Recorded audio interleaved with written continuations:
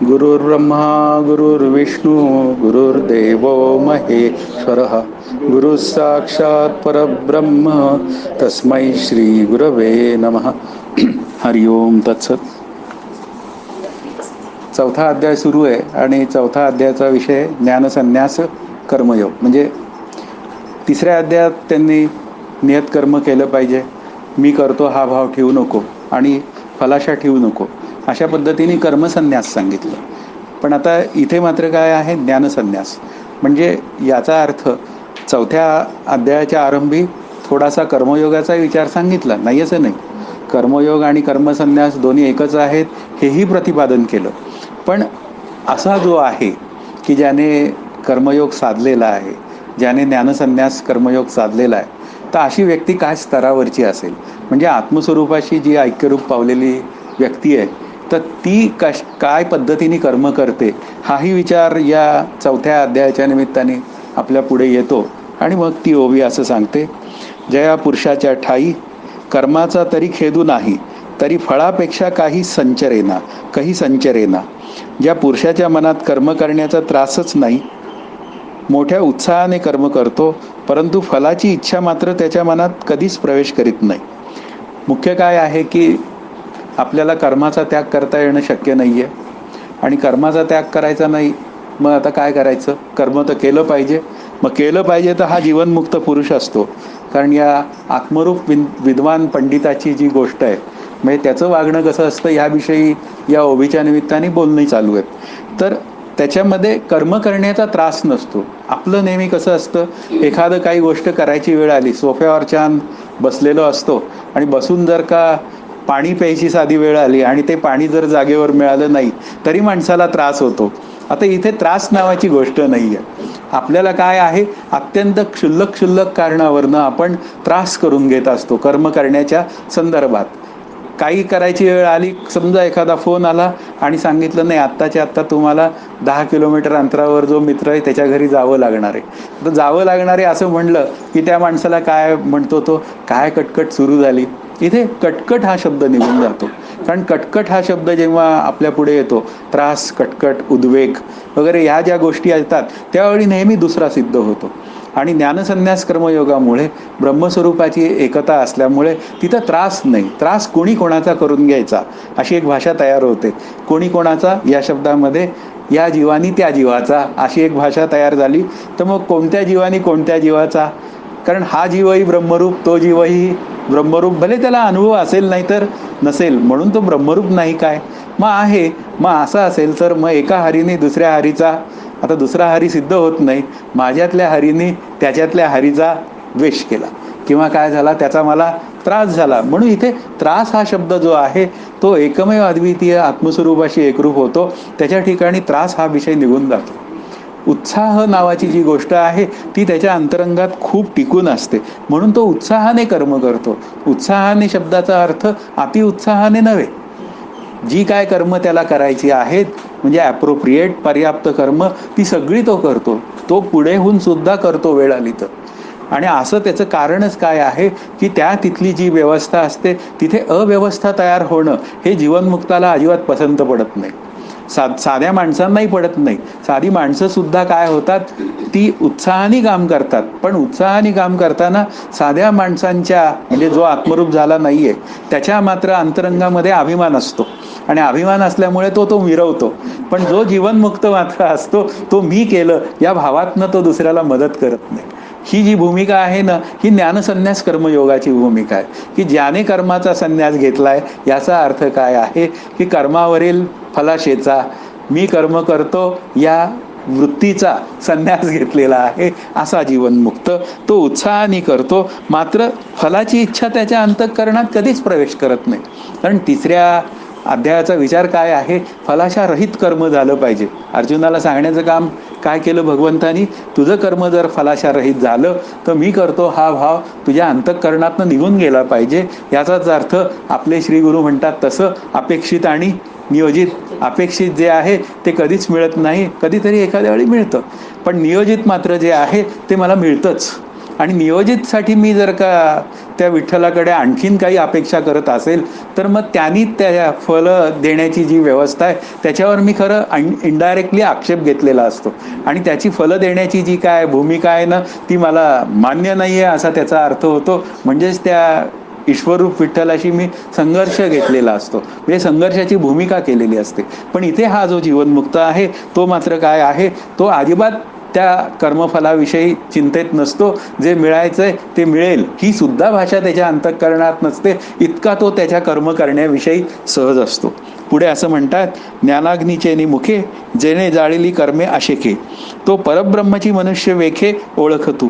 ज्ञानाग्नीच्या तोंडाने ज्याने सर्व कर्मे जाळून टाकली आहेत तो मनुष्य वेशात असलेले ब्रह्मच आहे असे तू ओळख. महत्वाचं काय आहे की ते चालते ज्ञानाचे बिंब, म्हणजे त्याच्या शरीरासह तो काय असतो, ब्रह्मरूप असतो. ज्ञानाग्नीनी ज्यांनी कर्म जाळून टाकली आहेत. आता कर्म जाळणे या शब्दाचा अर्थ पूर्वीची कर्म त्यांनी जाळलेली आहेत हा एक अर्थ निघतो की पापाचे कळप पळती पुढे. हरिपाठाचा संदर्भ आहे, तोही असंच सांगतो की जर का मी नामस्मरण केलं तर मी ज्ञानरूप झालो तर मग माझी जी मागची संचित जी पापं आहेत, पुण्य आहेत, ती सुद्धा काय होऊन जातात, जळून भस्मसात होतात. तसंच इथं ज्ञानाग्नी म्हणजे आत्मस्वरूपाच्या ऐक्यतेमध्ये कर्माचा समावेश नाही आहे. कर्म करण्यासाठी शरीराची गरज आहे, कर्म करण्यासाठी म्हणजे स्थूल शरीर नंतर सूक्ष्म शरीर या सगळ्या गोष्टींची गरज आहे आणि ती मात्र काय आहे, आत्मस्वरूपाच्या ठिकाणी नाही. मग तो जो शरीरासह ब्रह्मरूप झालेला जो जीवनमुक्त असतो त्यांनी मात्र काय केलेले असतात, त्या कर्मावरचा जो अहंकार आहे, मी करतो हा भाग त्यांनी काय केलेला असतो, बाजूला केलेला असतो. म्हणजे कर्म करण्याचा जो संघ आहे, कशा मी केलं, आता मी केलं याच्यामध्ये काय आहे, एक संघ आहे आणि तो संघ काय करतो, ती फलाशा माझ्या अंतःकरणापुढे आणून ठेवतो आणि ती फलाशा मला काय करते, कधी सुख देते आणि कधी दुःख देते. माझ्या मनासारखं झालं तर सुख आणि माझ्या मनाविरुद्ध घडलं तर दुःख आणि मला काय व्हायचंय, सुख दुःखातीत. आता सुख दुःखातीत हे ज्ञानाग्नीने कर्म जाळलेल्याचं लक्षण आहे, म्हणून तो त्या फलाशेचा कधीच विचार करत नाही. म्हणून मनुष्य वेशात असलेलं ते ब्रह्मच आहे असं तू समज आणि त्याच्याकडे जा. महत्वाचं लक्षण काय आहे, त्याच्याकडे जा आणि परिप्रश्नेनं, म्हणजे त्याला तू प्रश्न विचार तुझ्या हिताचे. मुख्य मुद्दा काय आहे, तो ब्रह्म असेल तर नुसतं ते काय देवघरात ठेवून द्यायचं आहे का आपल्याला. ते श्रीगुरु नावाचं एक ब्रह्म आहे. आता ते कसं आहे, ते चालते ज्ञानाचे बिंब, ते माझ्यासमोर येतात, ते मला समजून सांगतात. मग काय नुसतीच पूजा करायची का त्यांची, नुसतीच आरती करायची का, का त्यांनी विचार सांगितलेल्या विचारांचा विचार करून मी माझी आत्मस्वरूपाची ऐक्यता करायची, हे विचार आहेत. म्हणून मनुष्य वेशात असलेलं जे ब्रह्म आहे त्याच्याकडनंही वसूल करून घेतलं पाहिजे आपली आनंद रूपता. आणि ती जर मी करून घेत नसेल तर काय आहे, हे मनुष्य वेशात ब्रह्म आहे हे तू ओळख, या म्हणण्याचा अभिप्राय काय आहे हे मला कळणारच नाही. पुढे ओवी असं सांगते, जो शरीरी उदासू फळभोगी निराशू नित्यता उल्हासू होऊन असे. आता या ज्ञानाचं लक्षण कसं आहे, कर्मसन्यासी म्हणजे हा कुठला ज्ञान संन्यास योग. मग हा जो ज्ञानसन्यासी जो आहे तो कसा आहे, तर तो शरीरी उदासू म्हणजे काय आहे, तो शरीराविषयी अहंभाव रहित आहे. म्हणजे मी म्हणजे शरीर ही जी काय भूमिका आहे, ही जी भूमिका आहे त्यांनी पार अंतःकरणातनं घालून टाकलेली असते. समर्थांचं वचन आहे, या नरदेहाचे संबंध आहे बहुत पावले उत्तम पदे, पण मध्ये मेघ घालून ठेवली अहंता सांडुनी स्वानंदे सुखी झाले. म्हणजे मनुष्य वेशामध्ये तो कसा असतो, शरीरी उदासू असतो. या शब्दाचा अर्थ, उदास शब्दाचा अर्थ आपण पाहिलेला आहे की अनुकूल प्रतिकूल भावरहीन उदासीन वृत्ती. आता ही काय आहे, साक्षीत्व करणारी वृत्ती आहे आणि साक्षीत्व करणारी वृत्ती जी असते ती या दृश्य जगताकडे पाहताना अनुकूल प्रतिकूल भावरहित प्रतिक्रिया असतात. नाहीतर आपल्या प्रतिक्रिया कशा असतात, सारख्या. माझ्या अनुकूल घडलं की मग काय होऊन जाते, प्रतिक्रिया वेगळी असते. माझ्या प्रतिकूल घडलं की प्रतिक्रिया वेगळी असते. आणि जर का माझा काही संबंधच नसला तर उदासीन असते. मग ह्या अशा पद्धतीने असलेल्या प्रतिक्रिया नाही आहेत. तो सतत काय आहे, आत्मस्वरूपाशी ऐक्यरूप असल्यामुळे त्याच्या या जगताविषयी असलेल्या सगळ्या प्रतिक्रिया या शांत झालेल्या असतात. आणि या शांत झालेल्या असल्यामुळे तो कसा असतो, या शरीराच्या घडणाऱ्या व्यवहाराविषयी उदास असतो. उदास असतो या शब्दाचा अर्थ त्यातलं घडणं न घडणं याचा तो अहंकार धारण करत नाही. आपली बाजू कशी असते, ज्यावेळी बद्धता किंवा साधकावस्था असते त्यावेळी मी केलं ही भावना खूप असते. कोणालाही दाखवायची मला सारखी हे असते, काय म्हणूया, खुमखुमी असते. तुम्हाला काय वाटलं हे मी सांगतो, तुम्हाला काय वाटलं ते मी सांगतो. ज्ञानेश्वरीतलं हे मी पाठ म्हणून दाखवतो. भगवद्गीता माझी पाठ आहे, पण उपयोग काय त्याचा? त्या भगवद्गीतेने किंवा ज्ञानेश्वरींनी म्हणजे माऊलींनी जे मला सांगितलंय ते मला काही कळलंय का? आणि ते जर मला काही कळलेलं नसेल तर काय झालं? मला पाठ असून काही उपयोग नाही. म्हणून अर्थ हा पाहणं गरज आहे. म्हणूनच काय आहे, तो शरीरी उदासू याचा अर्थ तो अहंभाव रहित असतो. म्हणून तर आपल्या दत्त महाराजांच्या आरतीत काय म्हणलंय, मितूपणाची झाली बोळवण. का म्हणावं लागलं त्यांना? कारण हा उदास जो आहे तो मितूपणा अंतःकरणात नसलेला आहे. ज्या ज्यावेळी मितूपणा येतो त्या त्यावेळी काय झालेलं असतं, मला सुख मिळतं किंवा दुःख मिळतं. आपल्याला नेहमी लक्षात ठेवायचं आहे की मूळ द्वंद्व जे आहे ते सुख आणि दुःख आहे. आणि त्यातून जर बाहेर पडायचं असेल तर पुन्हा काय आहे, मी करतो हा भाव गेला पाहिजे. आणि मी करतो हा भाव जोपर्यंत जात नाही तोपर्यंत काय आहे, मी शरीरी उदासू असण्याची व्यवस्था नाही आहे. शरीराच्या निमित्ताने मी आलो, शरीराच्या निमित्ताने माझं अस्तित्व आहे. शरीर गेलं की मी गेलो. म्हणून काय आहे, मला सतत भीती आहे माझं शरीर जाण्याविषयी. आता ही उदास भावना नाही आहे. इथे आपल्याला समजून घेतलं पाहिजे की माझं शरीर जाईल नाही तर राहील, ही उदास भूमिका नाहीये. उदास म्हणजे व्यावहारिक सत्तेतला उदास. तो नेहमीच खचलेला असतो किंवा निराश असतो. व्यावहारिक सत्तेत उदास शब्दाचा अर्थ निराश. पण इथे मात्र काय आहे, प्रापंचिक आशा आकांक्षाची जाणीवपूर्वक हकालपट्टी केलेला. म्हणून ते हिंदी सिनेमातला उदास नाही आहे आपल्याला अपेक्षित, की एखादं गाणं आणि मग त्यानंतर काय आहे असं ते सगळं रामकृष्ण हरी असतं. म्हणून काय आहे, हा उदासू कसा आहे, हा उदासू हा उल्हासित उदासू आहे. आनंदाने भरलेला, हर्षभरीत असलेला उल्हासू आहे. म्हणून हा उदासू काय आहे आपल्याला समजून घ्यावा लागेल, फळभोगी निराशू. आता फळभोगी निराशू याचा अर्थ त्याने कर्मफलाचा म्हणजे मला काहीतरी मिळालं पाहिजे हा सगळा व्यवहार त्यांनी काय केलेला असतो, त्या ईश्वरार्पण बुद्धीने केलेला असतो. पुन्हा ज्ञानदेवांची ओवी आहे, मज देवनी जाळीत कर्मफळे. म्हणजे याचा अर्थ काय झालं की कर्मफलाचा आणि माझा काही संबंध नाहीये हे त्याला नक्की कळलेलं असतं. आत्मरूप मीचा आणि त्या कर्म करणाऱ्याचा काही संबंध आहे का? कर्म करणारा जो जीव आहे तो वाच्यार्थाने असलेला जीव आहे आणि लक्षार्थाने कुटस्थ रूप असलेला जो जीव आहे तो मात्र काय आहे, तो आकर्ता आहे. मग आकर्ताच जर मला व्हायचं असेल तर मला काय करावे लागेल, कर्मफलाचा पुन्हा त्यातल्या फळावरील आशेचा मला त्याग करायचा आहे. मग कर्म किती चांगलं करावं, अगदी जसं सांगितलंय तसं चांगलं करावं. पण ते केल्यानंतर जे काय फळ मिळेल ते मिळेलच ना. कारण कर्माचा सिद्धांत काय सांगतो की केलेल्या कर्माचं फळ मिळाल्या वाचून राहणार नाही आणि न केलेल्या कर्माचं फळ मिळणार नाही. मग केलेल्या कर्माचं फळ मिळालं पण त्याचे कर्तेपणाच मी जर ईश्वराला दिला तर मिळालेल्या फळाचा भोगतेपणा तरी मी कशाला घेईन. इथून फलाशा रहित मध्ये काय आहे, करता भोगता भ्रांती आहे. यातून सुटका झाल्याचं लक्षण आपल्याला सांगतात. आणि ही जोपर्यंत सुटका होत नाही तोपर्यंत काय आहे, कर्तेपणात माझ्या मनासारखं घडलं तर मग सगळे लोक माझ्या आवडीचे होतात आणि जे माझ्या मनाविरुद्ध होतात वागतात ते सगळे कसे असतात, ते माझ्या दुःखाचा विषय असतात. आणि मी काय होतो, एकदा सुखात जातो एकदा दुःखात जातो. म्हणजे तो सीसॉ सारखाच चाललेला असतो आणि बहुतेक वेळा तो दुःखाच्या पारड्यातच पडलेला असतो.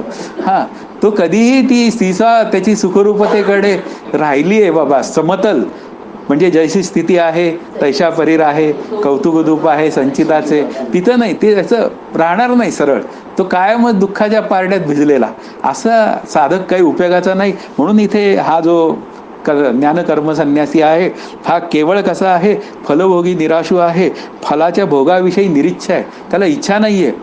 आपल्याला लक्षात ठेवायची गरज आहे की माझी इच्छा अशी आहे हा शब्दच माझ्या अंतःकरणात येता कामा नये. माझी इच्छा तशी आहे, माझी इच्छाच नाही आहे. जे काय आहे ती भगवंताची इच्छा आहे आणि भगवंताच्या इच्छेनुसार माझं जीवन चाललेलं आहे. आणि त्याच्या इच्छेनुसार चाललेलं असेल तर त्यांनी मला जे दिवसाला जेवढं काही सगळं काम करायला दिलेलं आहे, अलॉट केलेलं आहे, ते सगळं काम मी व्यवस्थित केलं पाहिजे. त्याच्यामध्ये माझी इच्छा हा विषय मी अजिबात घुसवता कामा नये. पण ते काही होत नाही म्हणून मी काय होऊन जातो, मी सुखी होतो किंवा दुःखी होतो. नित्यता उल्हासू होऊन राहे. म्हणून तो कसा असतो, अखंड आनंदरूप. आपल्याला आनंदाचा अनुभव कसा असतो? विषयांच्या निमित्ताने असतो. विषयाच्या निमित्ताने चित्तवृत्ती शांत होते आणि मला आनंदाचा अनुभव येतो. पण हा आनंदाचा आलेला अनुभव किती वेळ टिकतो? काही काळ टिकतो आणि कालांतराने पुन्हा काय होऊन जातो? अदृश्य होऊन जातो. वास्तविक आनंद नावाची गोष्ट आहे का नाही असा विचार करायची वेळ येते. त्यावेळी सगळीकडे आनंदच आहे, चांगल्या अर्थाने. मग सगळीकडे जर का आनंदच असेल तर मग मी चुकलो कुठे? मी चुकलो कुठे हा शोध लावावा लागेल. तर याचा अर्थ असा लक्षात येतो की त्या आनंदावर कशाचं तरी जणू काही आवरण आलेलं आहे. जसं पाण्यावर शेवाळ्याचं आवरण आलेलं आहे. पाणी जस्ट ॲज इट इज आहे. मग शेवाळं बाजूला करा, मग मी देह, मी करता, मी भोगता, या सगळ्या ज्या काय 5 भ्रांत्या आहेत ह्या सगळ्या काय आहे? शेवाळ रूपाने माझ्या समोर येतात. त्यांना सत्यत्व मी देतो आणि सत्यत्व देऊन काय होऊन जातो? मी कधी सुखी होतो आणि कधी दुःखी होतो आणि मी माझ्या आनंद रूपापासून बाजूला राहतो. म्हणून साक्षी कसा आहे? साक्षीत्व करणारा साक्षीरूप मी कायम आनंदाचा आहे. मग साक्षीत्व करायला काय हरकत आहे? आणि मग साक्षीत्व करायचं म्हणजे काय करायचं? उपाध्या करायच्या प्रत्येक गोष्टीच्या. ज्या ज्या वेळी मी माझे धर्म, शरीराचे, मनाचे, बुद्धीचे, माझ्यासारखा बुद्धिमान कोणी नाही झाला. आता काय झाला? अहंकार झाला. मग आता अहंकार झाला तर काय करायचं? बुद्धिमान कोण आहे?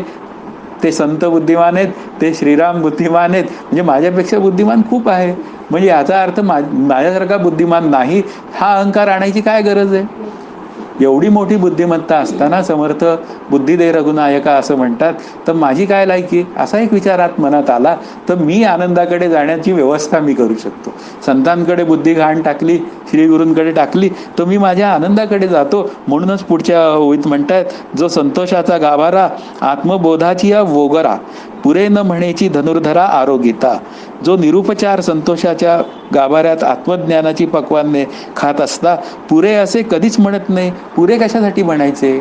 महत्वाचं काय आहे की पक्वान्न जर का आपल्यासमोर जेवणासाठी आली तर त्यानी जी होणारी तृप्ती आहे ती काही काळच टिकते. आता ती काही काळ टिकते, पण इथे काय आहे? निरुपचार संतोषाच्या, म्हणजे उपचारच नाही कुठे. आपल्याला काय असतं? काहीतरी केल्याशिवाय आनंद मिळत नाही मला, ही माझी भूमिका असते. पण हा कसा असतो? हा काहीही न करता आनंदात असतो. म्हणजे याचा अर्थ हा पदार्थ निरपेक्ष आनंदात असतो आणि मी मात्र काय आहे?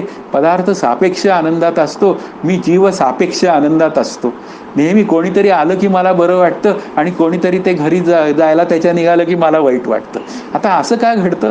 याचं कारणच ते आहे की आल्याचं सुख आहे आणि गेल्याचं दुःख आहे. आत्मा येतही नाही आणि आत्मा जातही नाही आणि तो मी आहे. म्हणून कोणी आला तरी काय आलं? पुन्हा हरी आला. आणि कोणी गेला तरी काय झालं?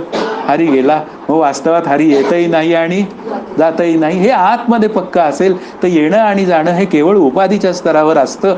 हे जर का माझ्या लक्षात आलं तर उपाधी येतात आणि उपाधी जातात. उपाधीचा माझा संबंध काय? आत्मरूप मीचा कल्पित.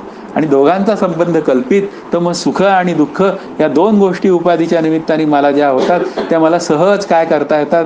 बाजूला टाकता येतात. पण काय आहे? गाभाऱ्यात आनंदाची पक्वान्ने खाताना तो पुरे असे कधीच म्हणत नाही. पुरे कशासाठी म्हणायचे? कारण तो त्याचा स्थायी भाव झालेला आहे. पुरे कोण कोणासाठी कसा म्हणणार? महत्वाचा विचार जो आहे, मी जर त्या आनंदापेक्षा वेगळा असेल तर मला त्याला पुरे म्हणता येतो. 5 पक्वान्न जेव्हा मी खायला जातो त्यावेळी काय असतात? ती पक्वान्न माझ्यापेक्षा वेगळी असतात आणि वेगळी असल्यामुळे काय? सावयव साकार असतात. आणि ती पक्वान्न खाताना काय होऊन जातं? मग मला ती हाताला काय म्हणूया, लाडू हातात घेतला खाल्ला, पुन्हा काय जिलबी हातात घेतली खाल्ली. पण आत्मा म्हणजे काय लाडू आणि जिलबी आहे का? हा विचार आतमध्ये पक्का झाला म्हणजे लक्षात येतं की आत्मा काय आहे? एकमेव अद्वितीय आहे. आणि त्याची प्राप्ती झाल्यामुळे मी काय झालो? मी वेगळा उरलोच नाही. देव शोधावया गेलो, देवाची होऊन गेलो. मग आता देवच मी होऊन गेलो तर मी वेगळा उरलोच कसा? आणि मग कोण कोणाला म्हणणार पुरे? कोण कोणाला आग्रह करणार जेवणाचा? कोणीच कोणाला आग्रह करू शकत नाही. अशा निस्सीम आनंदाच्या अवस्थेत आपण आपलं जीवन जगू शकतो. पुढची ओवी असे सांगते, कैसी अधिका अधिका आवडी घेता महासुखाची गोडी सांडोनिया आशा कुरोंडी अहम भावेसी. त्याला ब्रह्मानंदाची कशी जास्तीत जास्त आवड असते की तो अहंकारासह आशेला त्यावरून ओवाळून टाकून केवळ ब्रह्मानंदाचीच गोडी चाकत असतो. का ब्रह्मानंदाची गोडी आहे? की तिथे काय आहे? तिथे काय म्हणूया, एक आनंदाचा काय आहे, फ्लो आहे. फ्लो या शब्दाचा अर्थ पाण्याचा फ्लो असतो तसा नाही, की तिथे काय आहे ते आनंदाचं भांडार आहे.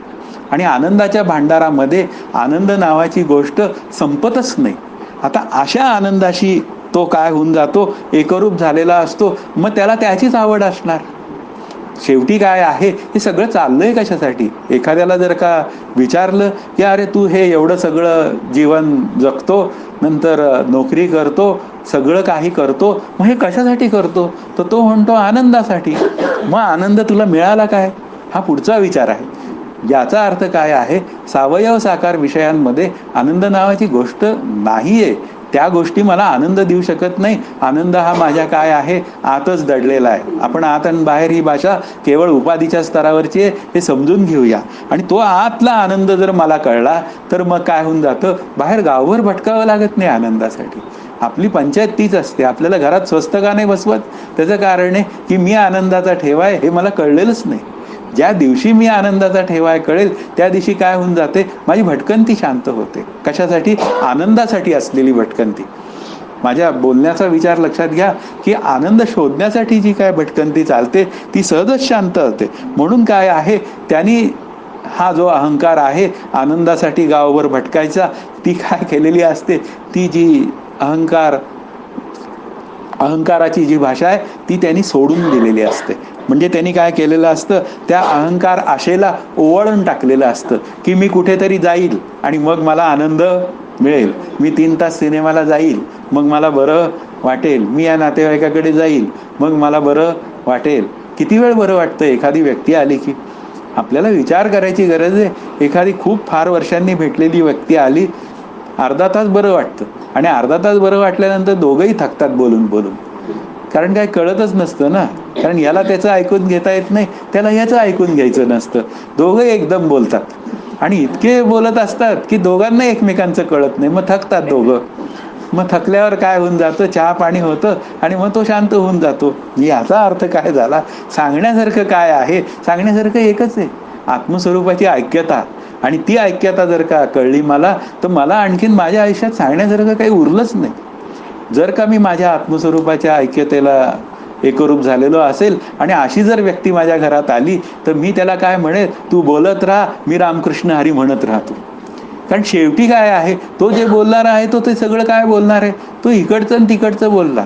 आमच्या तिकडे नाही का, फार हे छान आहे. तुमच्या इथं ते आहे का, बरं नाही, आता काय करायचं, नाही तर कुठून आणायचं.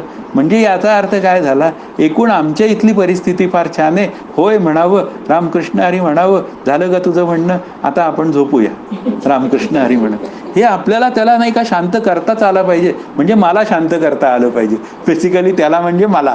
आणि असं जेव्हा घडेल त्यावेळी काय होऊन जातं, मी ब्रह्मानंदाची गोडी चाखू शकतो. माझी अंतःकरण वृत्ती त्या आनंदाच्या गोडीला चाखण्यासाठी मी सेपरेटली काय करू शकतो, स्टोअर करू शकतो. मुख्य विचार काय आहे की मला माझ्या आनंदासाठी काही विचार करायला मी माझ्या अंतःकरणात काही स्पेस ठेवली आहे की नाही.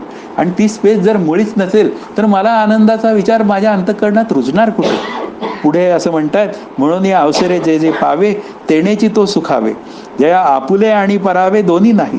आणि प्रसंगानुसार जे जे भोग प्राप्त होतात त्या भोगानेच तो संतुष्ट होतो, ज्याला आपला आणि परका असा द्वैतभावच नसतो. आत्ता तोच विचार झाला की माझ्या आवडीचा माणूस आला की बरं वाटतं आणि माझा परका आला की काय होऊन जातं, दुःख होतं. पण असं त्याच्याकडे नसतंच. ज्या ज्या अवसरे, म्हणजे अवसरे काय, अवसरे या शब्दाचा अर्थ प्रारब्ध अवसरे. थोडक्यात प्रारब्धाने कोण मला आज भेटायचंय हे ठरलेलं आहे. त्या ईश्वराने योजना करून ठेवलेल्या आहेत. त्यात समजा काय असतात, 5 तमोगुणाच्या व्यक्ती असतात, 5 सत्वगुणाच्या व्यक्ती आणि 5 रजोगुणाच्या व्यक्ती.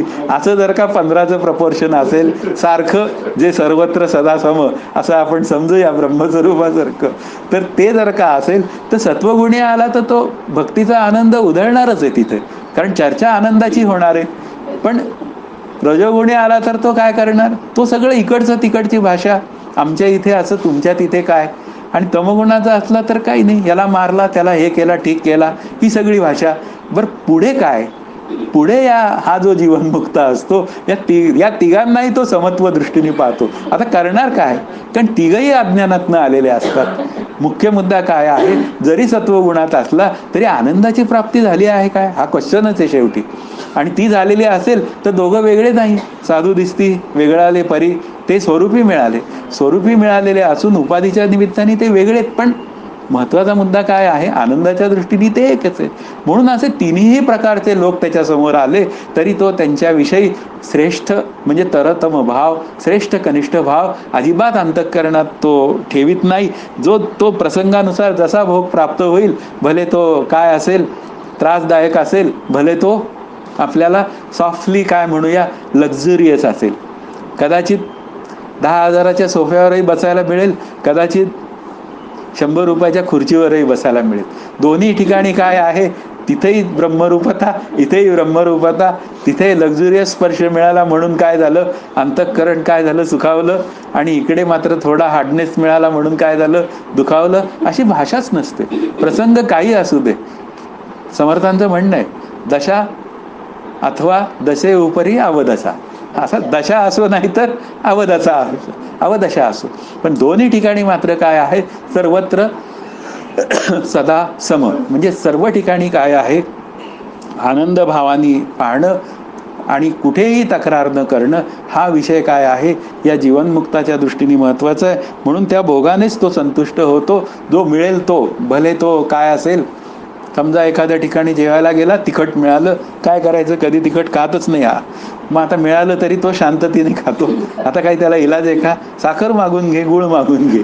पण काय आहे, तो तक्रार करीत नाही. आणि आपल्याला तर तक्रारीचा पाढा वाचल्याशिवाय जमतच नाही.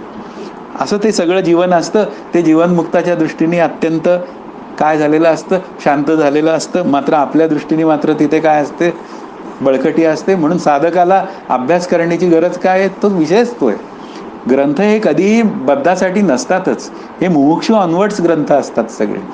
तोपर्यंत आपल्याला मुमुक्षु, साधक अवस्था, सिद्धावस्था हे विचार करावे लागतात. हे असो विश्व पाही, जयासी आपणे वाचुनी, आपण पे वाचुनी नाही. असता कवण ते कर्म काही बाधिती या तया ते. हे असो. आता असे पहा की ज्याला विश्व आपल्या स्वरूपा वाचून वेगळे राहिले नाही, त्याला कोणते कर्म कसे बाधू शकेल. ज्याची वृत्तीच हे विश्वाची माझे घर झालेली आहे, प्रत्येक विश्वात तो स्वतःला पाहतो, तर तो कशाला वेगळेपणाने कर्माचा विचार करीन.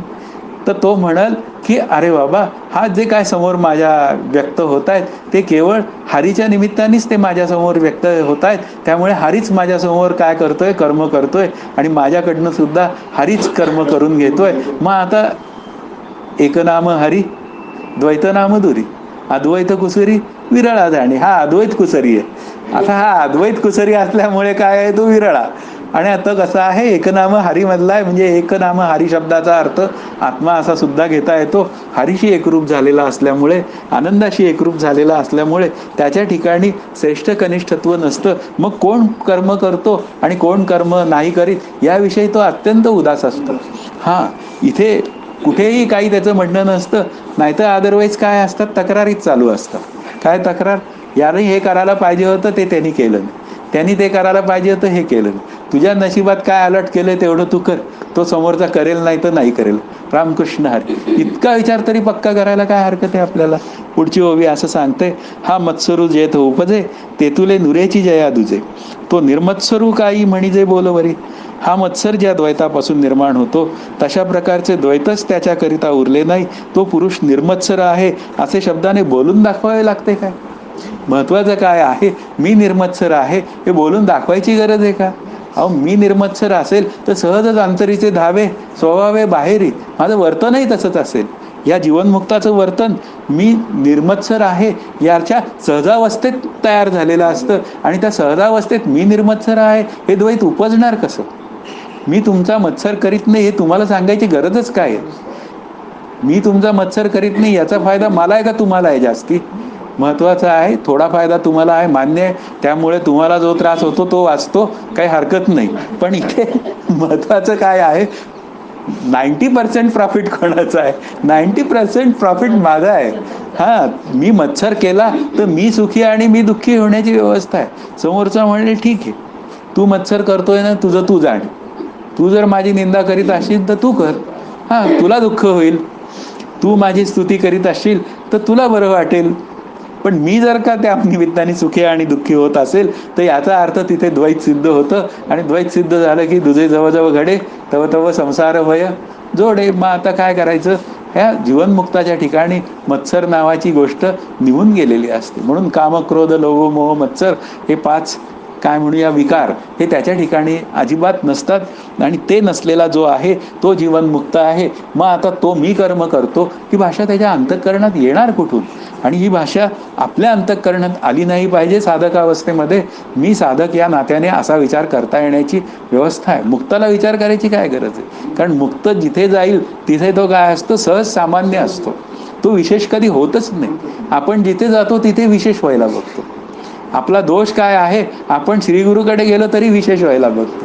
ते म्हणतात काय पात्र आहे, एवढे वर्ष ऐकतंय तरी काही कळलं नाही याला की अरे विशेषत्व घालवायचंय, सामान्यत्वाने व्यवहार करायचा आणि आत्मस्वरूपाचा विशेषत्वाने अनुभव घ्यायचा. आता हे पात्र जर सुधारतच नाही म्हणलं तर ते तरी काय लक्ष घालणार? ते म्हणणार रामकृष्ण हरी. आणि मी काय म्हणणार? रामकृष्ण हरी. एकूण काय आहे? त्यांच्या बाजूचं रामकृष्ण हरी खरं, माझ्या बाजूचं हरिओम, दुसरं काही नाही. म्हणून सर्व परिमुक्तू तो सर्व कर्मची कर्मरहितू सगुण परिगुणातीतू येत भ्रांती नाही. म्हणून तो सर्व प्रकारे मुक्त आहे. तो देहनिर्वाह करिता कर्मे करीत असला तरी परमार्थतः कर्मरहित आहे. देहाने सगुण असला तरी ब्रह्मरूपाने गुणातीत आहे, याविषयी संशय नाही. म्हणून तो कसा आहे? गुणातीत आहे. जरी गुणांच्या काय म्हणूया सापडला असं म्हणूया आपण की एखादा जीवनमुक्त असतो, तो काहीतरी म्हणतो मला चहा आवडतो. आपल्याला असं वाटायला लागतं हा चहाच्या गुणात सापडला. असं रजगुणात तो सापडलेला नाहीये. आवडतोय या शब्दाचा अर्थ तुम्ही आत्ता करून दिला तर रामकृष्ण हरी, नाही दिला तरी रामकृष्ण हरी. म्हणजे इतक्या तो सहज याच्यात असतो. आणि आपला मात्र चहा आवडतो असं म्हणताना काय असतं? तो 4ला झाला नाही की पारा चढायला लागतो, अशी भाषा असते. म्हणजे इतका आपण त्या चहा हा विषय, या विषयामध्ये आपण इतके काय म्हणूया मग्न झालेला असतो. पण इथे काय आहे? तो सर्व प्रकारे मुक्त असतो. 3 गुणातनं मुक्त असतो. महत्वाचं काय आहे? तो सत्वगुणातनंही मुक्त असतो, रजतमातनं तर मुक्त असतोच असतो. महत्वाचा विचार जेव्हा करायची वेळ येते फायनली त्यावेळी सत्वगुणातनंही मुक्त व्हावं लागतं. कारण सत्वगुणाचा अहंकार आहे ना, शेवटी मी आनंदाचा ठेवा आहे हा सत्वगुणाचा अहंकार आहे. आणि त्यातूनही पार व्हायचं असेल तर काय आहे? मी मुक्त हा सुद्धा अहंकार गेला पाहिजे. म्हणून देहनिर्वाहाकरिता तो कर्म करीत असला तरी त्याची ती कर्म करण्याची जी दृष्टी आहे ती कशी असते? ती सहज शांत असते आणि ती सामान्य रूपाने असते. तिथे कुठेच विशेष मी नसतो. पण माझी मात्र दृष्टी कशी असते? तिथे विशेष मीची असते. एवढं मी तुमच्यासाठी केलं पण तुम्ही माझ्यासाठी एवढं सुद्धा करू शकत नाही, याला काय अर्थ आहे? तुम्ही हे पण करत नाही, तुम्ही तेही करत नाही, सतत कटकटीच असतं. समोरच्याला वाटायला लागतं. तर ते म्हणतात लोक आली कटकट आली. आता अशी अवस्था माझी होता कामा नये. आपल्याला मुक्तच जर व्हायचं असेल, आनंदाशीच एकरूप व्हायचं असेल तर आधी सत्वगुणाकडे जायला पाहिजे. सत्वगुणातनं काय होऊन जातात? या रजा आणि तमाच्या कटकटी कमी होतात आणि मग सत्वगुण भगवत भक्तीचा विचार करू शकतो. तो खऱ्या अर्थाने करण्याची गरज आहे. म्हणून हा मुक्त काय आहे? देहानी सगुण जरी असला तरी सतत मात्र तो काय असतो? निर्गुण आनंदाशीच एकरूप असतो. आणि असा गुणातीत होणं हे माझं काम आहे. महत्वाचं काय आहे? हे गुणातीत तत्व मी आहे आणि मी आहे म्हणून मला सुद्धा तसा जीवनमुक्त म्हणजे पुन्हा विषय काय चाललाय आपला? ज्ञान संन्यास कर्मयोग. म्हणजे काय झालं? मी जर ज्ञानरूप झालो तर काय आहे? त्या कर्माचा संन्यास आपोआपच घडणारे, म्हणजे मी केलं या भावातनं माझी सहजच निवृत्ती होणार आहे. पुढचा जो विचार आहे तो देहसंगे तरी असे परी चैतन्यासारखा दिसे, पाहता परब्रह्माचे निकस कसे चोखाळू मला. तो देहाशी संबंध तर असतोच, पण चैतन्यासारखा परमार्थतः असंग निरुपाधिक असतो. परब्रह्माच्या कसाला लावून पाहिले असता तो चांगला व शुद्ध दिसतो. मुद्दा आता त्याचे कस म्हणजे मुख्य काय आहे? शेवटी त्याच्या काय म्हणूया ताळा. मी आनंदाशी एकरूप झालो याचे ताळा काय आहे? तर तो देहाशी संबंध तर असतोच. कारण आपली जी भूमिका आहे ती जीवनमुक्तीची भूमिका आहे, मेल्यानंतरची नाही. नाहीतर काय असतं? मेल्यानंतरच्या मुक्तीचंही बऱ्याच जणांना आकर्षण असतं. आता त्याचं जाऊ दे, तो विषय इथे अजिबातच नाही आहे. तर इथे काय आहे, तो देहाशी संबंध असतो, पण संबंध असला तरी सुद्धा त्याचा कोणता संबंध आहे देहाचा आणि स्वरूपाचा हे त्याला नक्की कळलेलं असतं. आणि तो संबंध कसा आहे, तो अध्यासिक किंवा कल्पित संबंध म्हणला जातो.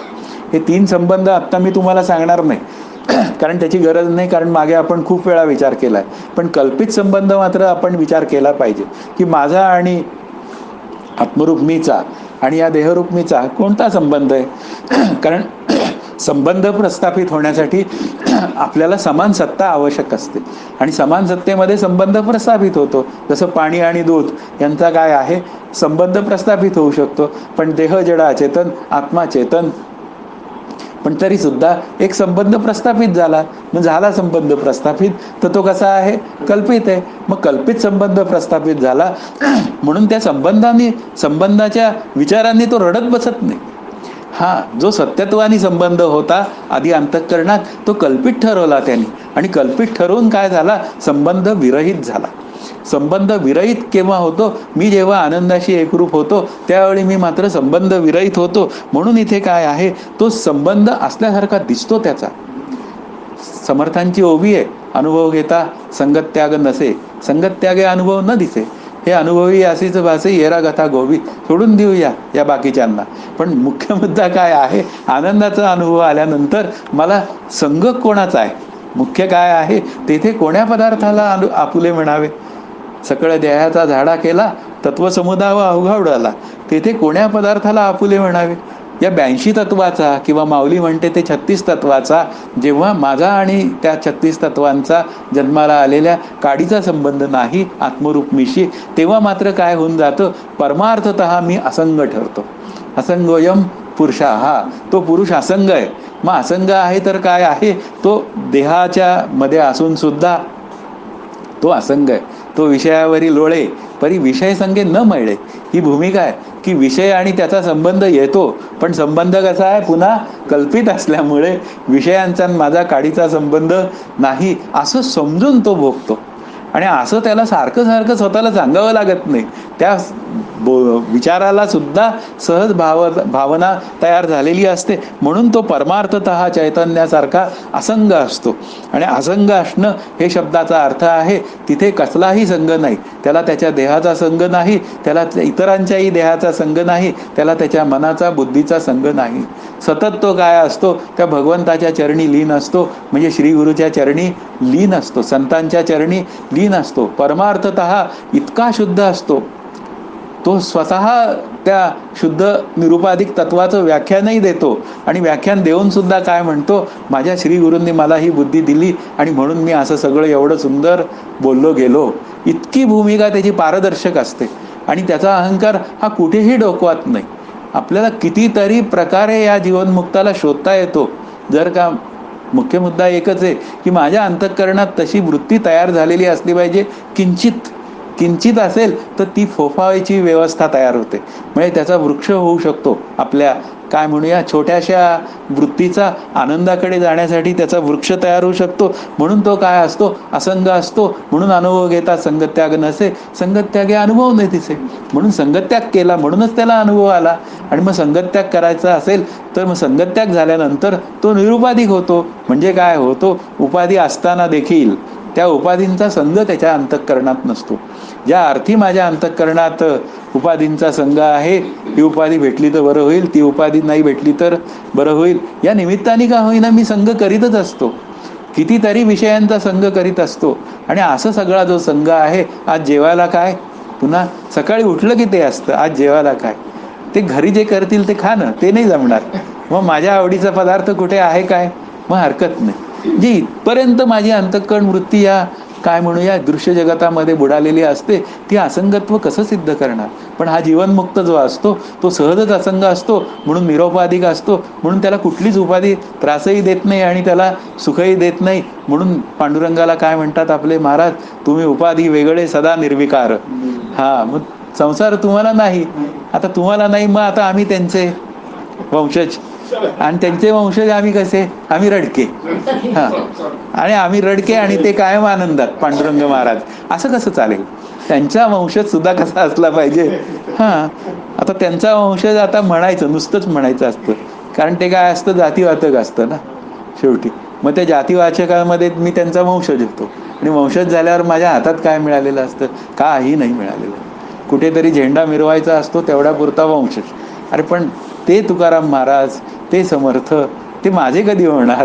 ते माझे झाले म्हणजे, नाही तर ते तिथेच, ते किती 50 फूट लांब, त्यांचा माझा काही नाही. एक दिवसाचा कार्यक्रम तुकाराम बीच, तेवढं काम केलं की मोरे खुश. असं नाही आहे. अभ्यास करायचा असेल आपल्याला तर खरोखरीच अभ्यास करण्याची गरज आहे.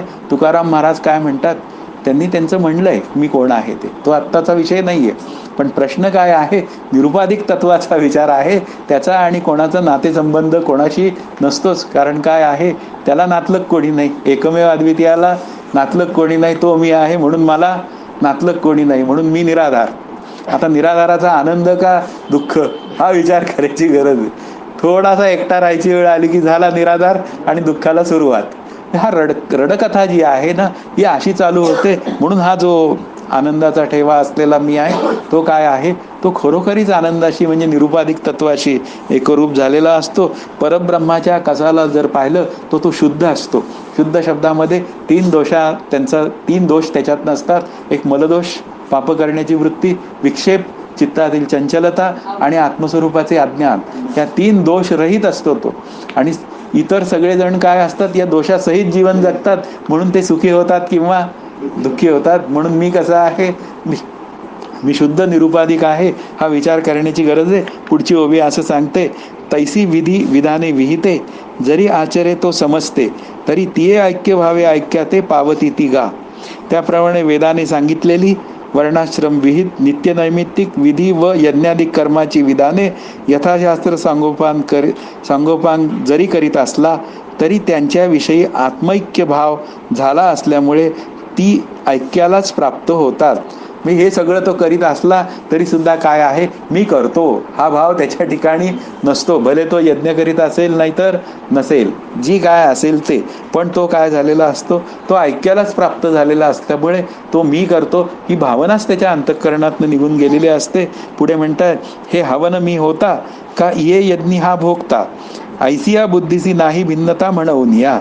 ही हवन क्रिया आहे, मी हवन करणारा यजमान आहे, तसेच या यज्ञात हा देव भोगता आहे, अशा प्रकारच्या ज्ञानात भेद नसतो. म्हणून आता जनक राजाला जर यज्ञ करायला बसवला असेल त्यावेळी, तर जनक राजा काय म्हणणार, अरे हवन करता मी कुठे, मी यजमान कुठे? जो आत्मरूप झालेला आहे तो काही यजमानही नाही, काहीच नाही, तो कोणी कोणाला हवी द्यायचा.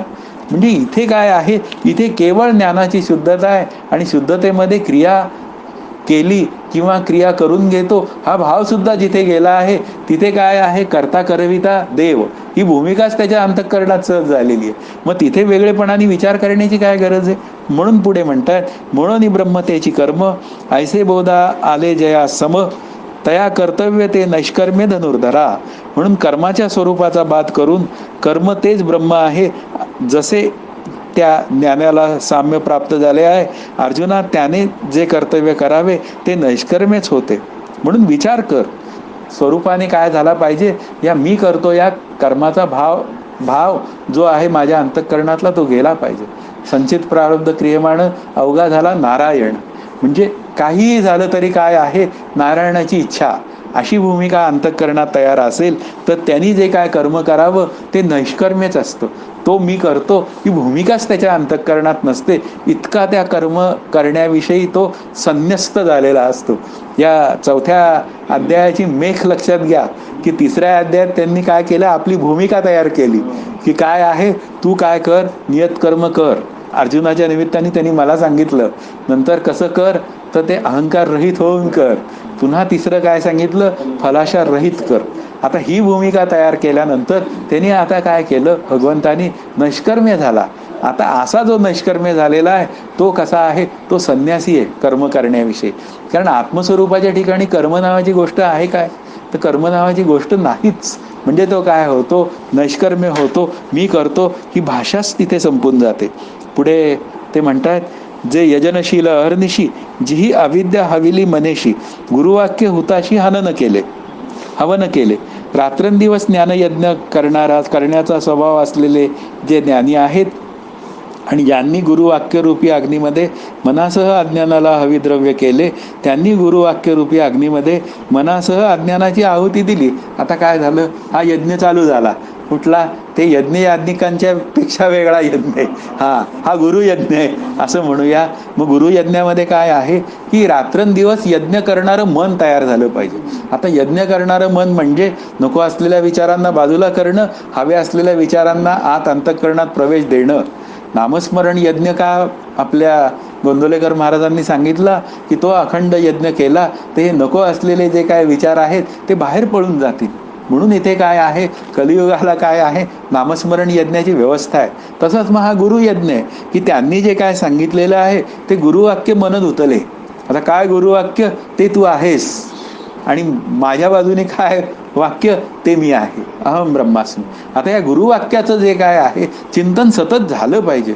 शेवटी आत्ता इथे हा जो ज्ञानसन्यास योग जो सिद्ध करायचा आहे, म्हणजे नैष्कर्म्य सिद्ध करायचं आहे, म्हणजे आत्मस्वरूपाची ऐक्यता सिद्ध करायची आहे, ती केवळ भूमिका कशी आहे तर ही तिसऱ्या अध्यायाची भूमिका आहे. ती पार झाल्यानंतर मला कळणारी व्यवस्था आहे. आणि ती कळणारी अवस्था काय आहे? अंतिमतः शेवटी अंतिमतः एक विचार असू शकतो आणि तो आहे तो म्हणजे तत्वमसी. मोटुके गुरुमुखे उदय जत हृदयी स्वयंबची वसे. आता हे जे मोटुके 3 शब्द आहेत तत्वमसी, ते गुरुमुखातनं येतात, त्या शिष्याच्या कानाला जाऊन भिडतात. म्हणजे कानातनं ते काय होतात? पासाण होतात. आणि पासाण झाल्यावर त्याला मग अहम ब्रह्मास्मीचा अनुभव येतो. आणि इथे जे काय आहे हे गुरुवाक्य अग्नीमध्ये काय झालं पाहिजे? गुरुवाक्यरूपी अग्नीमध्ये मनाला अज्ञानाला हविद्रव्य केले, म्हणजे मनासह अज्ञानाला, म्हणजे अज्ञानाची आहुती दिली त्या गुरुवाक्याच्या चिंतनाच्या निमित्ताने. आणि ती आहुती जी आहे, मी म्हणजे मन नाही, मी म्हणजे बुद्धी नाही, मी म्हणजे करता नाही, नाही नाहीची जी भूमिका आहे ती सगळे हवी द्यायचे आपल्याला. आणि मग मिळणार काय? मला आहे ते मिळणार. जे आहे ते मिळणार. आणि जे आहे ते मिळणार जे आहे ही सगळी आहुती संपल्यावर मिळणार आहे. म्हणजे हे जोपर्यंत मी माझे असे जे काय आहेत ते सगळे जोपर्यंत मी शांत करत नाही तोपर्यंत काय आहे ते गुरुवाक्य म्हणत उतले ही भाषा तयार होण्याची व्यवस्था नाही.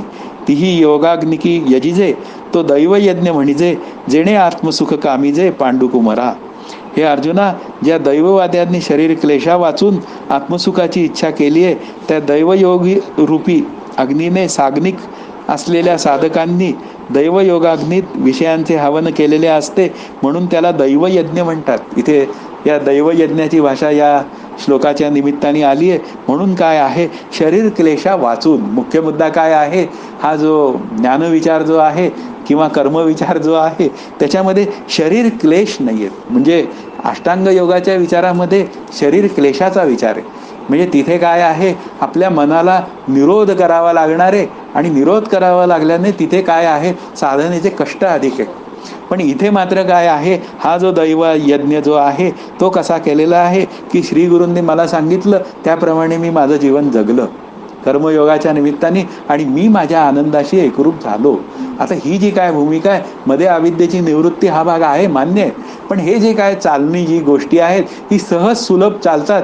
याच्यामध्ये शरीराला किंवा माणसाच्या मनाला, म्हणजे साधकाच्या मनाला तिथे काय आहे, त्रास होण्याची व्यवस्था नाही आहे. तो सहजच काय होऊन जातो, 1 by 1 स्टेप एक पूर्ण करत जातो आणि त्या करण्यामध्ये त्याला कुठेही कष्ट पडत नाही. म्हणून हा दैवयज्ञ जो आहे ना हा कष्टदायक नाही आहे. म्हणून हे काय आहे, हे साधकांनी काय करावा, साग्निक. आता साग्निक विचार कुठे वरती सांगितला, मनाचं तुम्ही काय करा, हवन करा, बुद्धीचं हवन करा, कर्तेपणाचं हवन करा. हे सगळं जेव्हा हवन होईल तेव्हा हा दैवयज्ञ सिद्ध होईल. आता अवधारी सांगेन आणिक जे ब्रह्माग्नी साग्निक तया ते यज्ञेची यज्ञ देख उपासीजे. आता आणखीन तुला एक यज्ञ सांगतो, ऐक. ब्रह्मरूपी अग्नीची सेवा श्रवण मननादी करून जे साग्निक झालेले आहेत असे मुक्त पुरुष यज्ञेची म्हणजे जीवचैतन्याने मी ब्रह्म आहे अशी अहंग्रह यज्ञरूपी ब्रह्मचैतन्याची उपासना करतात आणि ब्रह्मचैतन्यात जीवचैतन्याची अभेदाने आहुती देतात.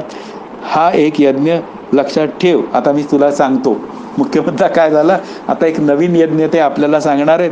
आणि तो यज्ञ कसा आहे तर ते पुरुष कसे आहेत की श्रवण मननादी मुख्य भूमिका काय आहे, साग्निक झालेले आहेत, की श्रवण करतात जीव आणि ब्रह्म यांच्या ऐक्याचं, मनन करतात, त्यामध्ये काय करतात, जे नको असलेला जो भाग आहे, जे माझं आहे ते मी नाही, शरीर माझं आहे पण ते मी नाही, ही भूमिका काढतात आणि सच्चिदानंद रूप मी आहे हे कळतं. आणि मग पुन्हा निदिध्यासन, अनात्मकार वृत्तीचा परित्याग, आत्माकार वृत्तीचा स्वीकार आणि त्याला आलेली सहजता, इथपर्यंत जे काय विचार करतात अशी अहंग्रह रूपी उपासना, म्हणजे मी आत्मा आहे अशी जे काय उपासना करतात त्यांच्याविषयी मी तुला काही सांगतो, अशी एक भूमिका आता मांडायसाठी त्यांनी सुरुवात केली आहे. आणि मग त्या ह्याच्यात मात्र ते म्हणतात, मग वाक्यविधीची या निरवडी विषय आहोती उदडी, हवन केले कुंडी इंद्रियाग्नीच्या. मग गुरुवाक्याने सांगितलेल्या विधीच्या पद्धतीने इंद्रियाग्नीच्या कुंडात विषयांच्या पुष्कळ आहुती देऊन हवन केलेले असते. आता ते हवन करायचं असेल तर काय, पुन्हा विषयांचं वैराग्य, मधल्या ओव्या ज्या आहेत त्या वैराग्य सांगणाऱ्या आहेत, त्या विषयांसंबंधी काय आलं पाहिजे, वैराग्य आलं पाहिजे. म्हणजे अनासक्त वृत्ती डेव्हलप करावी लागेल. आणि अशी अनासक्त वृत्ती जी काय डेव्हलप करायची आहे ती पुन्हा कशी केली पाहिजे, पुन्हा धारणा ध्यान समाधीच्या निमित्ताने याचं अष्टांग योगाचा विचार एक पुढे येणार आहे. आता ह्या येणार आहे तर तो आता काय केला पाहिजे ना. याबरोबर आता आपला विषय काय आहे, विचारांनी आत्मस्वरूपाच्याकडे जाण्याचा. पण आता इथे आलाय आता काय विषयामध्ये, सब्जेक्टमध्ये, त्यावेळी तो विचार आपल्याला थोडा केला पाहिजे. म्हणून इथे काय आहे की आपल्याला वैराग्य हे आलं पाहिजे. भले ते वैराग्य काय म्हणूया ध्यानाच्या निमित्ताने तरी डिस्कस झालं पाहिजे, किंवा आत्मविचारांच्या निमित्ताने तरी डिस्कस झालं पाहिजे. आणि ते पुन्हा काय झालं पाहिजे, ते पुन्हा डोळे उघडल्यानंतर ध्यानातनं ते टिकलं पाहिजे. महत्त्वाचा विचार काय आहे, त्या 5000 सुवर्ण मोहरा हा विषय नको परत. 5000 वर्षानंतरही तो संस्कार केला नाही, तसं काही नको. मग तसं असेल तर त्याच्या जोडीला आपण विचारांचा विचार केला पाहिजे. म्हणून इथे काय आहे, हे वैराग्यरूपी सूर्याचा उदय जोपर्यंत माझ्या अंतःकरणात होत नाही तोपर्यंत काय आहे, या प्रत्येक गोष्टीची मला लालसा आहे. वैराग्य नेमकं काय सांगतं, ब्रह्मादिकाची पदे दुःखाची शिराणी. तर त्या ब्रह्मदेवाचं पद दुःखाचं, तर मग आपली पदं काय आहे घरातली किंवा आणखीन काय जी असतील ती सगळी दुःखाची आहेत. म्हणून काय आहे, त्या ठिकाणी वेळ वाया घालू नका, त्याच्याविषयी वैराग्य आणा. पद घ्या, माझं काही म्हणणं नाही, भगवंत म्हणतो पद घ्या, पण त्या पदाच्या लालसेमध्ये वाहून जाऊ नका. आपलं काय आहे ते वाहून जाणं जास्त घडतं. म्हणून काय आहे, प्रत्येक गोष्टीचं वैराग्य आलं पाहिजे. गुणगंध वैराग्य म्हणतात, त्या वैराग्याचंही वैराग्य पाहिजे. ही समर्थांची भाषा आहे, वैराग्याची सहजता. आणि माऊलींची भाषा काय, जे वैराग्याची शिव न देखती, विवेकाची भाषा नेणती, ते कैसेनी पावती मज ईश्वराते. वैराग्याचा उदय हा आत्मस्वरूपाच्या ऐक्यासाठी अत्यंत महत्त्वाचा आहे. म्हणून विवेक वैराग्यादी षटक, समाधी षटक असा जो विचार आहे. पुढे असं म्हणतात, एकी यया परिपार्था दोषुक शाळीले सर्वथा, एका हृदयारणी मंथा विवेकू केला. अर्जुना, याप्रमाणे ज्ञानी दैववादी अष्टांग योगी 4 विरक्त साधकांनी नानाविध यज्ञ करून चित्तातील दोष पूर्ण धुवून टाकले आहेत. आता आत्मज्ञान आणि अविद्या बीजासह जगत कार्याची निवृत्ती ज्यात आहे, अशा निर्बीज समाधी या दोन्हीचा अभ्यास करणारे साधक हृदयस्पर्शी अरणीमध्ये विचारांचा मंथा फिरवतात. तसे हे 4 प्रकारचे जे साधक आहेत त्यांनी काय केला, ज्ञानी दैववादी अष्टांग योगी आणि विरक्त यांनी काय केले, चित्तातले दोष पूर्ण धुतले. जे निष्काम कर्म, निष्काम उपासना आणि पुन्हा विवेक वैराग्य समाधी षटक, हे चित्तातले दोष धुण्यासाठी असलेली साधन आहेत. आणि जोपर्यंत ती धुत नाही आपण, तोपर्यंत काय आहे, साधन कसं चाललंय म्हणजे कसं चाललंय. आता चाललंय म्हणजे काय, चाललंय ते परत जन्म घेण्यासाठी चाललंय असं चाललेलं असतं. याला अर्थ नसतो. चाललंय म्हणजे कसं चाललंय, नेमकेपणा पाहिजे त्याच्यात. आपला नेमकेपणा कुठे कमी पडतोय समजून घ्यायची गरज आहे. साधन हा डोळे झाकून करण्याचा विषय नाही. अविद्या बीज जे आहे ते निर्दालन झालं पाहिजे, म्हणजे त्या अविद्या बीजाची निवृत्ती झाली पाहिजे. जोपर्यंत ते बीज निवृत्त होत नाही त्यासाठी काय आहे, या निर्बीज समाधीचा अभ्यास करण्याची गरज आहे, की ज्याच्यामध्ये काय म्हणूया निसंदिग्ध ज्ञानरूपता. अशी निसंदिग्ध ज्ञानरूपता जोपर्यंत माझ्या अंतःकरणात सिद्ध होत नाही तोपर्यंत काय आहे, साधन चाललेलं आहे, ही भाषा चाललेली असते. रामकृष्ण हरी म्हणावं, परत बोलू नये अशा माणसाची. पुढे असं म्हणतायत, जो उपशमे निहाटीला धैर्य भारे दाटला, गुरुवाक्य काढिला बळकटपणे. आणि तो मंथा शांतीने बळकट केला. सात्विक धैर्याने दान दिले, धैर्याचे दान दिले व गुरुवाक्यरूपी मंत्राने बळकटपणाने ओढून अरणीतून परोक्ष ज्ञानरूपी अग्नी प्रगट केला. आता तो मंथा शांतीने बळकट केला, याचा अर्थ काय आहे? तो जो मंथा आहे अरणीमध्ये असणारा, तर तो मंथा कसा पाहिजे? बळकट पाहिजे. मुख्य मुद्दा काय आहे की तो बळकट झालाय का नाही पाहायचं कसं? माझा जो निश्चय, आता मंथा आणि अरणी द्या सोडून, ते काही गरज नाही आत्ता आपल्याला. आता माझा जो निश्चय आहे, निर्बीज अविद्या नाश करण्याकडे जाणारा जो तो जो निश्चय आहे, तो माझा नीट निश्चय होतोय की नाही हे कसं कळेल? तो पुन्हा दिवसेंदिवस शांती तृप्ती हे विषय माझ्या अंतःकरणात स्थिर झाले पाहिजेत. आता हे जोपर्यंत स्थिर होत नाही तोपर्यंत काय आहे? तोपर्यंत माझा अभ्यास जसा पाहिजे तसा चाललेला नाहीये. मग या साधकांनी कसं केलंय, तर तो शांती त्याला काय झालेली आहे, ती बळकटपणे कळायला लागलेली आहे. पुढे असं म्हणतायत, सात्विक धैर्याचे दान दिले. मुख्य मुद्दा काय असतं? ती शांती मिळवण्यासाठी मला काय करावं लागतं? धैर्य धरावं लागतं. आणि धैर्याने नको असलेल्या विचारांचा सामनाही करावा लागतो. आणि म्हणून तिथे काय आहे, तिथे परीक्षा घेतली जाते ना, पावलोपावली. आणि पावलोपावली परीक्षा घेतली जात असेल तर ती परीक्षा देण्याचं धैर्य माझ्या अंतःकरणात असावं लागतं. दुसऱ्या अध्यायाचा विषय तो जो काय म्हणूया जीवनमुक्त आहे, किंवा त्याचं आत्ता काय त्याला दुसऱ्या अध्यायात त्यांनी वेगळं नाव दिलेलं आहे, ते माझ्या आत्ता एकाएकी लक्षात येत नाहीये. तर असा जो दुसऱ्या अध्यायाचा जो जीवनमुक्त आहे, स्थितप्रज्ञ. आता स्थितप्रज्ञ कसा आहे? तरी धैर्यरूपी आहे. धैर्य नावाची गोष्ट त्याच्या अंतःकरणात आहे. मग असं जे काय धैर्य आहे ते कोणाकडनं मिळतं? पुन्हा गुरुवाक्याकडनं मिळतं, म्हणजे गुरूंकडनं मिळतं. म्हणून काय आहे, गुरुवाक्यरूपी मंत्र जो आहे तत्वमसी, आता त्या मंत्राचं मला चिंतन केलं पाहिजे. तत्वमसी महावाक्य उपदेश भला, परंतु त्याचा जप नाही बोलिला तेथीचा विचारची केला पाहिजे साधके. मग ते चिंतन मला सांगतात, ते मी चिंतन केलेलं असलं पाहिजे. मग अशा रीतीने तो जो परोक्ष ज्ञानाचा अग्नी प्रगट होतो, म्हणजे शब्दज्ञानाचा अग्नी प्रगट होतो, तो मात्र काय असतो? तो प्रज्वलित होतो. आणि तो प्रज्वलित झालेला अग्नी अविद्या बीजाला जाळू शकतो. महत्वाचं काय आहे? अविद्या बीज जाळायला पाहिजे. आणि जाळायचं असेल तर पुन्हा काय झालं पाहिजे? परोक्ष ज्ञान हे कसं पाहिजे? ब्राईट पाहिजे. अगदी ज्या क्षणी मला नको असलेला विचार येतो त्या क्षणी परोक्ष ज्ञानाचा बाण मला चढवता आला पाहिजे. जोपर्यंत तो चढवता येत नाही तोपर्यंत मी अर्जुन कसा होणार? मी अर्जुन नाहीच. हे पुढचं ओवी असं सांगते, ऐसे समरसे मंथन केले तेथ झडकरी काजा आले, जे उज्जीवन जाहले ज्ञानाग्नीचे. याप्रमाणे त्या साधकाने जीवब्रह्मक्याचे निदिध्यासनाने मंथन केले असता ते लवकरच उपयोगास आले. कारण त्या मंथनाच्या योगाने हृदयरूपी अरणीत ज्ञानाग्नीचे प्रज्वलन झाले. म्हणजे परोक्ष ज्ञानाने काय झालं? निदिध्यासनात तो गेला मनन करून. कारण श्रवण मनन निदिध्यासन हे 3 विषय मांडले. मग निदिध्यासनात गेल्यावर काय झालं? ते उपयोगाला आलं. उपयोगाला आलं म्हणजे काय झालं? अरे तिथं रिझल्ट दिसायला लागतात. साधन हे नेहमी कसं असतं? रिझल्ट ओरिएंटेड असतं. ज्या प्रमाणात साधनेची तीव्रता, ती करण्याची काय म्हणूया अंतःकरणामध्ये सतत काय विचारांची सतत एक भूमिका असते. साधक कसा पाहिजे? पेटून उठलेला पाहिजे. अभ्यास करण्याविषयी, प्रवचन करण्याविषयी नाही, अभ्यास करण्याविषयी पेटून उठलेला पाहिजे.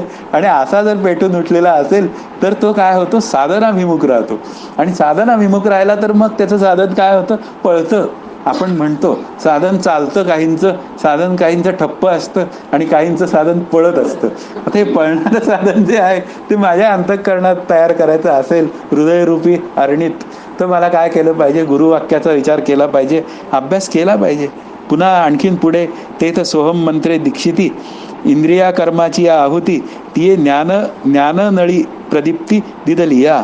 त्यावेळी साक्षात्कार आणि निर्भीज समाधी यांचा अभ्यास करणाऱ्या दीक्षितांनी मी ब्रह्म आहे या अशा मंत्राने प्रदीप्त झालेल्या त्या ज्ञानाग्नीत ज्ञानेंद्रिय व कर्मेंद्रिय यांच्या व्यवहाराच्या आहुत्या दिल्या.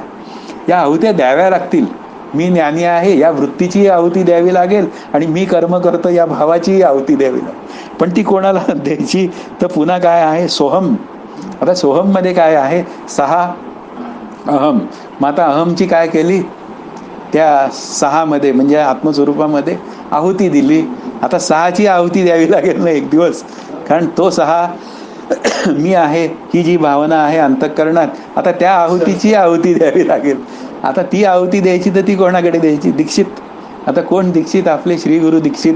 त्यांच्याकडे जावं आणि त्या दीक्षिताला ती आहुती द्यावी लागेल, आणि ती आहुती दिल्याशिवाय ज्ञानाला सहजता येणार कुठनं? म्हणून इथे काय आहे, समाधीचा अभ्यास करताना, आत्मसाक्षात्कार होताना शेवटची जी काय म्हणूया आहुती द्यायची आपल्याला, मी आत्मज्ञानाचा ठेवा आहे या वृत्तीज्ञानाची आहुती, ती मला देता आली पाहिजे. ती तो सांगतो कशी द्यायची. आता ती त्यांनी सांगितल्यावर मात्र काय आहे त्या पद्धतीने ती द्यावी, अन्यथा काय आहे. रामकृष्ण हरी. पुढे काय बोलणार? पुढे आता शेवटची ओवी आजच्या अभ्यासातली आहे, ती असं सांगते, एक ऐशिया ही यजनी मुक्त ते जाहले त्रिभुवनी, या यज्ञक्रिया तरी आनानी परिप्राप्य ते एक. ह्याप्रमाणे कित्येक साधक अशा प्रकारचे ज्ञान व संयम असे 2 यज्ञ करून या जगात मुक्त झाले आहेत. या यज्ञक्रिया भिन्न भिन्न असल्या तरी पण या सर्वांचे जे साध्य आहे ते एकच आहे. म्हणून आपल्याला काय आहे, साधन काय करतो मी? भक्तियोग करतो का पुन्हा ज्ञानयोग करतो का अष्टांग योग करतो, हे महत्त्वाचं नाही. ज्याच्या जसा अंतःकरणाला साजेसा जो विचार आहे त्याने तो करावा. पण पुन्हा काय आहे, 2 गोष्टी तर सहज सिद्ध झाल्या पाहिजे ना, ज्ञान आणि संयम. आता हे 2 जर का, संयम शब्दाचा अष्टांग योगात संयम, आणि इकडे विचारांमध्ये शमदम, आणि भक्तीमध्ये काय आहे, त्यांनी ते देवालाच अर्पण केलं. पण तिन्ही ठिकाणी काय आहे, एकाची अर्पण भूमिका आहे, एकाचा शमदमाचा विचार आहे, एकाचा यमनियमाचा विचार आहे. पण शेवटी संयम तर साधला पाहिजे की नाही? संयम साधला नाही तर मी सतत वाहून गेलेला, हे कसं चालेल? वाहून जाणं अपेक्षित नाही आहे. सतत मी माझ्या आनंदाशी एकरूप राहण्यासाठी नको असलेल्या विचारांना मी अजिबात थारा देता कामा नये. आणि तो थारा कमी करायचा असेल तर पुन्हा काय आहे, पुन्हा संतांच्या विचारांचा थारा, श्रीगुरूंच्या विचारांचा थारा हा आपल्याला घ्यावा लागेल. आणि तो थारा घेतला तर मग पुन्हा आनंदाच्या थाऱ्यापर्यंत मी जाण्याची व्यवस्था आहे. 1 तास झालेला आहे. रामकृष्ण हरी म्हणूया आणि थांबूया. जय जय रघुवीर समर्थ. हरिओम तत्सत.